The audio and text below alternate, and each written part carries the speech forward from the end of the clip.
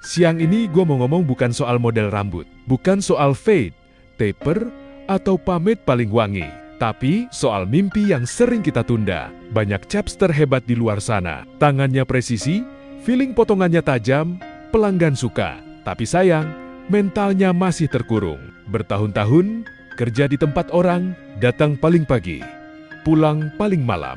Kursi itu mereka isi, cermin itu mereka bersihin. Pelanggan itu mereka yang bikin betah, tapi papan nama di atas pintu bukan nama mereka. Dan pelan-pelan tanpa sadar, yang mereka bangun bukan masa depan sendiri, tapi masa depan orang lain. Gaji habis buat hidup, capek habis buat orang, mimpi disimpan rapi di kepala, dikunci sama satu kata, takut. Takut sepi pelanggan, takut gagal, takut nggak seramai tempat sekarang, takut mulai dari nol.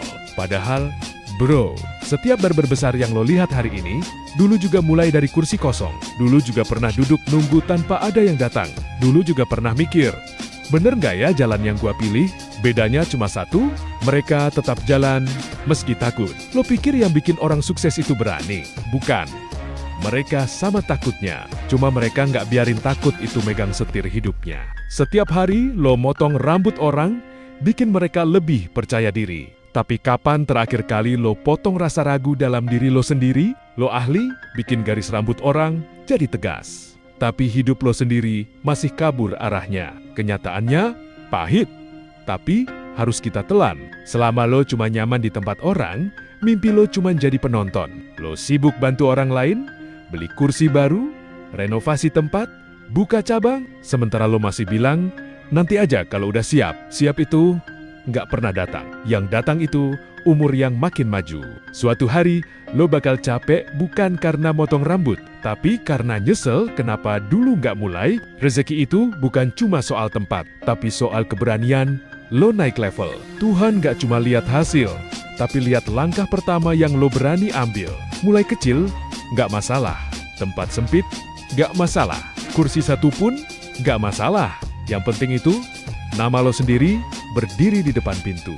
Setiap pelanggan yang datang bukan cuma nambah uang, tapi nambah harga diri. Karena beda rasanya, kerja capek buat mimpi sendiri, sama capek buat mimpi orang. Kalau lo lagi di posisi itu sekarang, dengerin ini. Baik-baik, mungkin yang lo tunggu bukan modal besar, bukan tempat strategis, bukan alat lengkap. Mungkin yang lo tunggu cuma satu keputusan berani. Dan siapa tahu, keputusan itu adalah awal cerita besar yang nanti lo ceritain ke orang lain sambil senyum bangga di barbershop milik